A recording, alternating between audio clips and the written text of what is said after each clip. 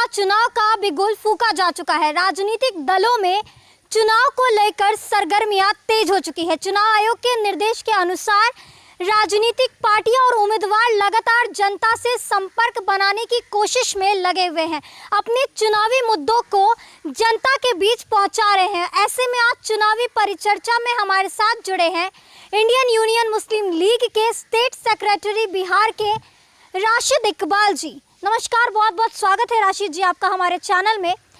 राशिद जी, आपने पीडीए को ज्वाइन किया है। पीडीए महागठबंधन के साथ जो है आपकी पार्टी है जिन्होंने गठबंधन किया है, क्या उद्देश्य रहा है इसके पीछे का? इसके पीछे ये उद्देश्य रहा है कि सबसे पहली चीज़ जो देशद्रोही, आतंकवादी और समाज विरोधी, हिंदू विरोधी, रोज़गार विरोधी, ये जो एनडीए की सरकार है, ख़ास करके बिहार में जो इस वक्त इलेक्शन होने वाले हैं, हमारे नीतीश कुमार जी और बीजेपी के गठबंधन है, इसको शिकस्त देना है, इसको हराना है। किसी भी हाल में कामयाब नहीं होने पाए। अगर ये कामयाब हो गया तो पूरा देश जो है ये खोखला हो जाएगा। देश तो ऐसे ही बर्बाद हो चुका है, आप जानती हैं। आप देखिए, हमारे रेलवे को बेच दिया, इलेक्ट्रिसिटी को बेच दिया, एयरलाइंस को बेच दिया, लाल किले को बेच दिया, महंगाई आसमान पे है। और सारे इनके जो चंद गिने चुने पूंजीपति लोग हैं, अडानी, रिलायंस, अंबानी, ये सारे लोग जो हैं इनको सिर्फ आगे बढ़ा रहे हैं। बाकी देश की जनता को, ख़ास करके हमारे हिंदू समाज के बनिया भाई को तो बिल्कुल डैमेज कर दिया है, उनके बिजनेस को चौपट कर दिया है। अब पूरे देश के बिजनेस को, इकोनॉमिक सिस्टम को और जो यहाँ रोज़गार सिस्टम है सबको बर्बाद कर दिया। किसी भी तरह का कोई यहाँ रोज़गार मुहैया नहीं किया, बल्कि ये आप देखती है डीजीपी हमारे देश का -24 से नीचे चला गया है। आप बताइए, हमारे देश की ये हालत होगी तो जाहिर सी बात है ऐसे भ्रष्ट, करप्ट, रेपिस्ट पार्टी और सरकार को हटाने के लिए हमें इस तरह का संगठन बनाना अति आवश्यक था। और साथ ही साथ तेजस्वी को भी बताना था, जो वन मैन शो बना हुआ है कि इसने महागठबंधन बना कर भी महागठबंधन का सपना को चकनाचूर कर दिया। महागठबंधन नहीं, ये महागठबंधन के नाम पे ये जनता के साथ गलत बयानी कर रहे हैं कि हम महागठबंधन बना। ये महागठबंधन नहीं बना रहे हैं, ये परिवारवाद कर रहे हैं तेजस्वी यादव। इसलिए उसको भी सबक सिखाना चाहते हैं कि ऐसा नहीं है कि आप अगर महागठबंधन में मुस्लिम लीग, एसडीपीआई, अंसारी महापंचायत या पप्पू यादव की पार्टी हो, कुशवाहा की पार्टी हो, मांझी हो, या फिर AIMIM हो, इन सब पार्टियों को आप अगर महागठबंधन में नहीं शामिल करेंगे तो उसका तीसरा सॉल्यूशन है। और ये पीडीए जो है थर्ड फ्रंट तीसरा सॉल्यूशन है। और ये एनडीए के लिए भी सबक है और ये महागठबंधन के लिए। महागठबंधन तो हम उसका नाम देंगे ही नहीं, क्योंकि अब महागठबंधन रहा नहीं, वो सिर्फ तेजस्वी की परिवारवाद जो है रह गई। हाँ, महागठबंधन तब होता है जब सारी पार्टियों को लेके चलता और सबको हिस्सेदारी देता उसकी हैसियत के हिसाब से, लेकिन ऐसा नहीं किया। इसलिए पीडीए बनाना ज़रूरी था। और यहाँ पे पप्पू यादव का हम शुक्रिया अदा करते हैं कि उन्होंने मुस्लिम लीग, इंडियन यूनियन मुस्लिम लीग, जो केरल में सबसे ज़्यादा एक्टिव है, और वहाँ मुस्लिम लीग के 20 MLA हैं, 4 मेंबर ऑफ पार्लियामेंट हैं, 10 मिनिस्ट्री होती है, और वहाँ हर एतबार से केरला को बेहतर बनाया है। आप जानती हैं कि केरला 100% एजुकेटेड है और वहाँ हर एतबार से लोग बेहतर हाल है। ख़ास करके अगर अल्पसंख्यक मुसलमानों की बात करें तो अल्पसंख्यक मुसलमानों के लिए मुस्लिम लीग ने, इंडियन यूनियन मुस्लिम लीग ने 12.5% रिजर्वेशन दिलवाया। उसकी अपनी यूनिवर्सिटी है जिसका नाम दारुल हुदा इस्लामिक यूनिवर्सिटी, उसके ब्रांच असम और वेस्ट बंगाल में है, और बिहार में भी इस्टेब्लिश करने की बात चल रही है। और इसके अलावा वहाँ अपनी मीडिया है अल्पसंख्यक मुसलमानों की, और वो सारे डिमांड मुसलमानों के, अल्पसंख्यक मुसलमानों के, दलितों के पूरे किए मुस्लिम लीग ने, जिसको जो उसके अधिकार में शामिल है। और इतना ही नहीं, वहाँ कभी दंगे नहीं होते हैं। वहाँ हिंदू मुस्लिम एकता को सबसे ज़्यादा मुस्लिम लीग ने बरकरार रखा, और कभी भी आरएसएस जैसे देशद्रोही, आतंकवादी, कॉमनल संगठन को आगे नहीं बढ़ने दिया। आप देखिए, बीजेपी का एक भी एमएलए नहीं है वहाँ। क्यों नहीं? क्योंकि वहाँ मुस्लिम लीग है। लेकिन अफसोस की बात है कि जहाँ मुस्लिम लीग नहीं है वहाँ बीजेपी बहुत परवान चढ़ी है, उसको परवान चढ़ाने वाले कोई और नहीं, कांग्रेस है। असल बात ये करना चाह रहे थे कि केरला में जो है हर एतबार से मुस्लिम अल्पसंख्यक के साथ सभी समाज के लोग भाईचारा के साथ रहते हैं और अल्पसंख्यक समाज के लोग हर तरह से बेहतर हालत में। उसकी वजह यही है कि वहाँ मुस्लिम लीग जो है काम कर रही है। और एक चीज़ देखिए, ये इंसान की फितरत में शामिल होती है कि जो जिस कौम से होता है अपनी आवाज़ बुलंद करेगा। काम तो सबके लिए करेगा लेकिन अपने कौम की आवाज़ ज़रूर बुलंद करेगा। और इंडियन यूनियन मुस्लिम लीग के होने के वजह कर जो है वहाँ अल्पसंख्यकों को वहाँ के लोगों ने नहीं सताया। उसकी वजह है कि मुस्लिम लीग की जो आइडियोलॉजी है वो भाईचारे वाली आइडियोलॉजी है और उसने इसको एस्टेब्लिश करने की अपनी ताकत, जितना उनको ताकत था उतने इसको आगे बढ़ाया। भाईचारा को, ब्रदरहुड को, हिंदू मुस्लिम एकता को, वहाँ सभी लोग एक साथ रहते हैं।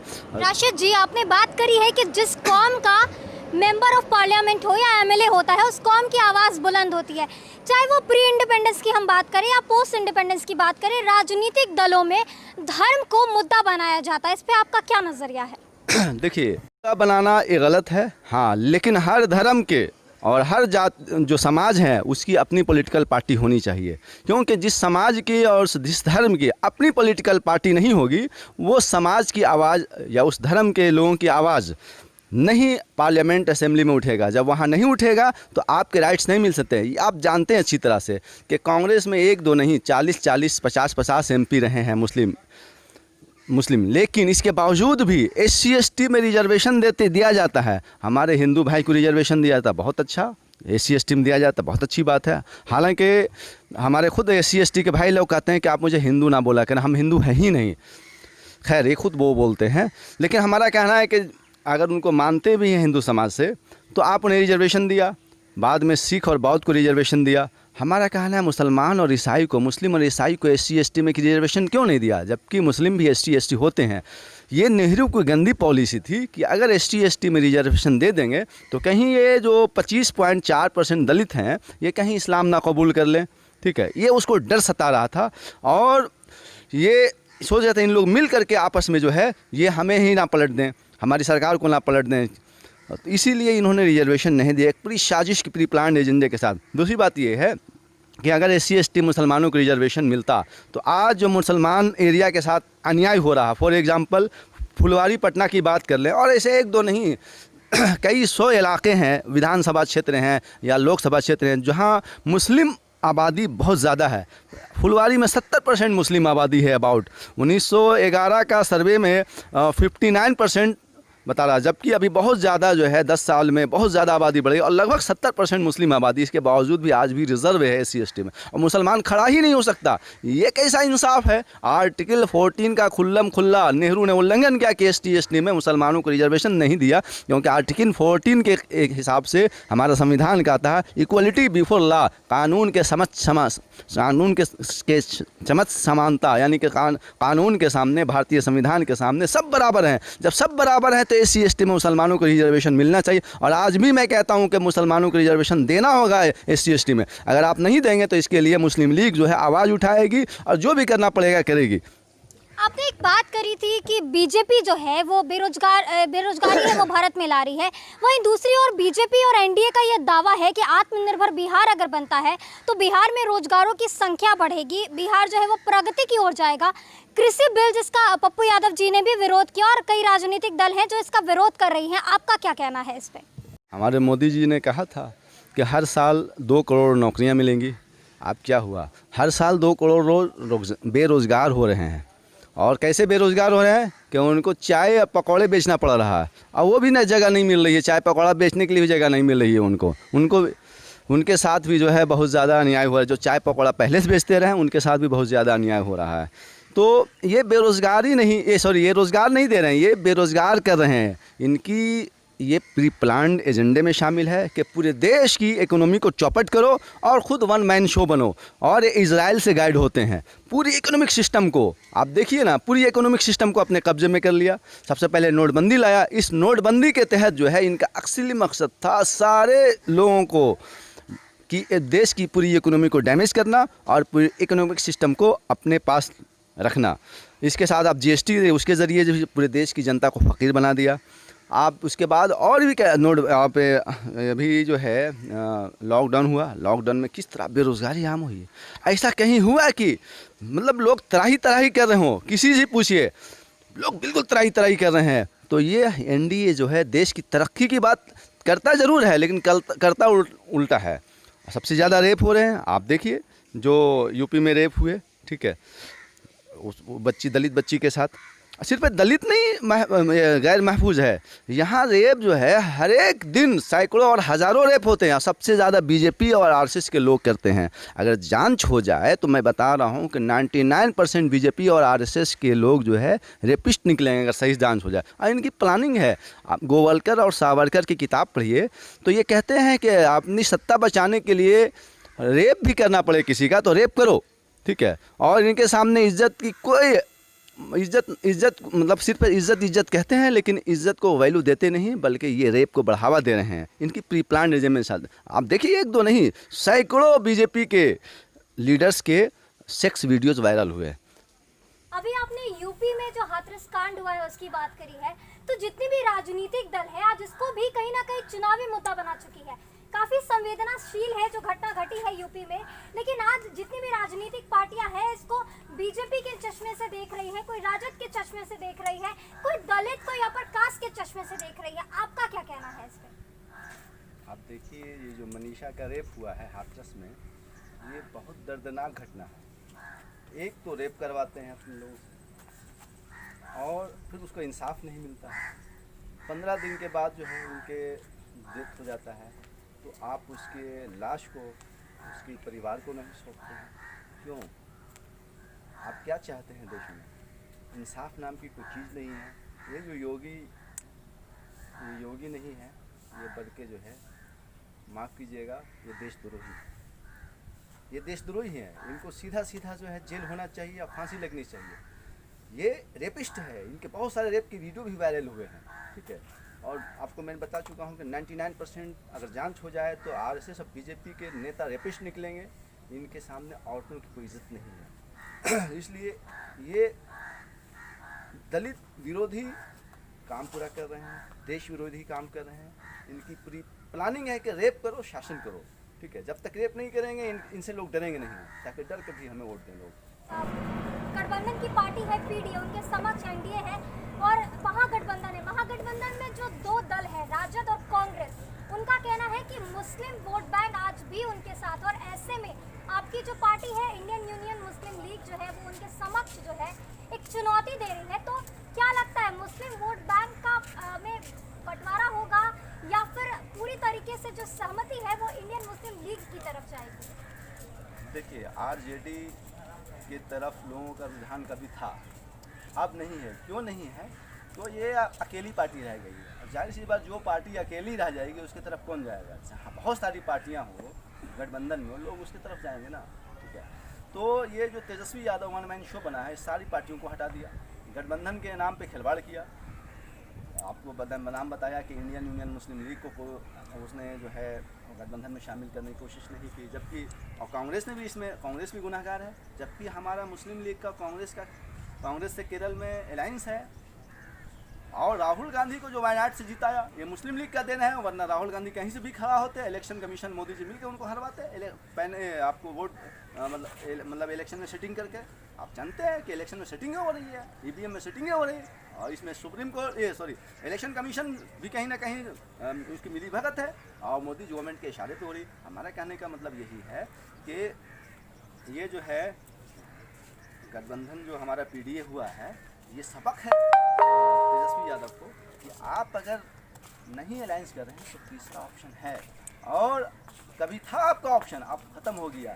इसलिए सबक लीजिए तेजस्वी यादव जी, ठीक है। और नहीं तो अभी भी मौका है कि आप फ़ौरन इमरजेंसी मीटिंग बुला करके सारी पार्टियों को, जितनी भी पार्टियां उनको शामिल किए, चाहे मुस्लिम लीग हो, एसडीपीआई हो, AIMIM हो, चाहे अंसारी महापंचायत हो, चाहे मांझी की पार्टी हो, रालोसपा हो, सबको बुला करके आप मीटिंग कीजिए, सबको गठबंधन में सीटें दीजिए, ठीक है। आप क्या सोचते हैं कि हम 243 पे लड़ लेंगे या मैक्सिमम सीटों पे लड़ लेंगे तो हमें बहुत ज़्यादा सीटें आएंगी? अरे वोट तो बट जाएंगे, जब बटेंगे तो आप भी हारेंगे, दूसरे लोग भी हारेंगे। इसलिए सबक लीजिए। हाँ, दूसरी बात यह है कि अगर नहीं सबक लेंगे तो लोग ये जो आरजेडी है इसको नहीं पूछने जा रहा। अब जहाँ बहुत सारी पार्टियाँ हैं, जाहिर सी बात है वहाँ लोग आएंगे, उसको वोट देंगे। इसलिए इंडियन यूनियन मुस्लिम लीग जिस तरह आई, इंशाल्लाह लोगों से गुजारिश करती है कि आप इसे वोट दीजिए, इस पीडीए को, और मुस्लिम लीग को भी इंशाल्लाह वोट मिलेगा और मुस्लिम लीग कामयाब होगी इंशाल्लाह रहमान, ठीक है।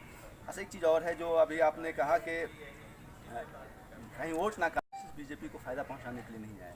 हम तेजस्वी यादव को एक सबक देने आए हैं कि देखो तुम अगर अलायंस में सीटें नहीं दोगे तो ऑप्शन है, और नहीं मानोगे तो तुम्हारा अभी 80 MLA है ना, तुम 40 पे भी नहीं रहोगे। ठीक है, तुम धड़ाम से दौड़ो। लोकसभा से आपने सबक नहीं लिया, तेजस्वी यादव ने सबक लिया, 0 पे आउट हो गया।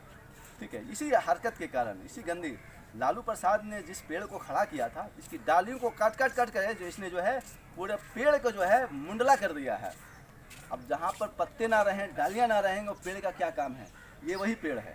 ठीक है, कि इसमें ना डालियाँ हैं ना पत्ते हैं आरजेडी में। ठीक है, सिर्फ एक तना खड़ा हुआ है, मुंडला तना। ठीक है, वो भी सूख रहा है। ठीक है, इसलिए मैं कहता हूँ सबक लो और मिल करके एनडीए को हराओ। और नहीं हराओगे तो याद रखो, अगर एनडीए गलती से भी कामयाब होती है कि इसके जिम्मेदार पहला नंबर में आरजेडी होगी। ठीक है, और दूसरे नंबर पे कांग्रेस होगी। ठीक है, खास करके आरजेडी ज़्यादा होगी, क्योंकि इसने अलायंस को तोड़ने की कोशिश की। इसलिए मैं कहता हूँ कि मौका दिया। इंशाल्लाह मुस्लिम लीग जहाँ पर आई अपनी आइडियोलॉजी रखेगी, लोग आएंगे इंशाल्लाह, और मुस्लिम लीग को कामयाब करेंगे। और ये बहुत बड़ा गठबंधन है, छोटा मोटा गठबंधन नहीं है पीडीआई। ऐसे नहीं मुस्लिम लीग आई है, इसमें मुस्लिम लीग भी है, एसडीपी आई है, मुस्लिम अंसारी महापंचायत भी है। ठीक है, वो अलग बात है कि एमआईएम नहीं आई है। ठीक है, लेकिन और इसमें और कई पार्टियां, हमारे आज़ाद साहब भी हैं। ठीक है, प्रकाश अम्बेडकर भी कल ही मौर्या में मीटिंग हुई। इंशाल्लाह ये कामयाब गठबंधन होगी। अच्छा, बाबरी मस्जिद की जो मामला भी सामने आ रहा है, तो बिहार विधानसभा चुनाव में कितना प्रभाव डालने वाला है? देखिए, इसीलिए तो इन्होंने फैसला सुनाया कि हम जो है हिंदू समाज के लोगों को बेवकूफ़ बना करके कि ये सारे जितने जो है बाबरी मस्जिद के शहीद करने में मेजर रोल अदा किए थे, अडवाणी, मुरली मनोहर जोशी, विनय कटियार, उमा भारती और इस तरह के 32 लोग, इससे ज़्यादा भी लोग थे। ठीक है, ताकि हिंदू समाज के लोगों को बेवकूफ़ बना करके कि देखो हमने बाबरी मस्जिद के शहीद करने वालों को बरी कर दिया, वो सीबीआई के जजेज को अपने हिसाब से हैंडल करके। लेकिन देश की जनता बेवकूफ़ नहीं है, हमारे हिंदू समाज के लोग बेवकूफ़ नहीं है। अब बीजेपी और एनडीए की जो पॉलिसी है, मोदी जी की जो पॉलिसी है, गंदी पॉलिसी, इनको समझ चुकी है कि बेवकूफ़ बना के सिर्फ वोट लेना चाहते हैं। क्या जिस तरह से बेरोज़गारी बढ़ाया हमारे एनडीए के सरकार ने, बीजेपी सरकार ने, हमारे बिहार सरकार ने, चाहे वो नीतीश सरकार हो, चाहे आप मोदी सरकार हो, क्या लोग जो है मिट्टी खाएंगे? क्या लोग मंदिर, नौज़बिल्ला, हमें नहीं बोलना चाहिए बात, क्या लोग मिट्टी को खाएंगे, पेड़ पौधे खाएंगे? क्या खाएंगे लोग? भूखे रहेंगे क्या? ठीक है, लोगों को समझ में आ गया है कि धर्म का नशा पिला करके हमें बेवकूफ़ बना दिया जा रहा, मंदिर के नाम में हम वोट लिया जा रहा, हमारी इकोनॉमिक सिस्टम को डैमेज की जा रही है, हमें बेरोज़गार किया जा रहा, हमारे एजुकेशन सिस्टम को बिल्कुल चौपट कर दिया गया, हिंदू मुस्लिम एकता और शांति को भंग कर दिया गया है। इसलिए अब पूरे देश के, चूँकि मेरी बात होती रहती है हमारे हिंदू भाइयों से, वो कहते हैं अब बीजेपी और एनडीए को, सरकार को तो वोट बिल्कुल नहीं देंगे, इस पार्टी को अब जब भी देंगे तो उस पार्टी को जो तरक्की की बात करती है। तो मैं क्लियर कहता हूँ, आओ और मुस्लिम लीग को वोट दो, क्योंकि मुस्लिम लीग हमेशा भाईचारे की बात करता है। एग्जाम्पल है केरला में कभी हिंदू मुस्लिम दंगे नहीं। आज हमारे साथ चुनावी परिचर्चा में जुड़े हुए थे इंडियन यूनियन मुस्लिम लीग के बिहार स्टेट सेक्रेटरी राशिद इकबाल जी।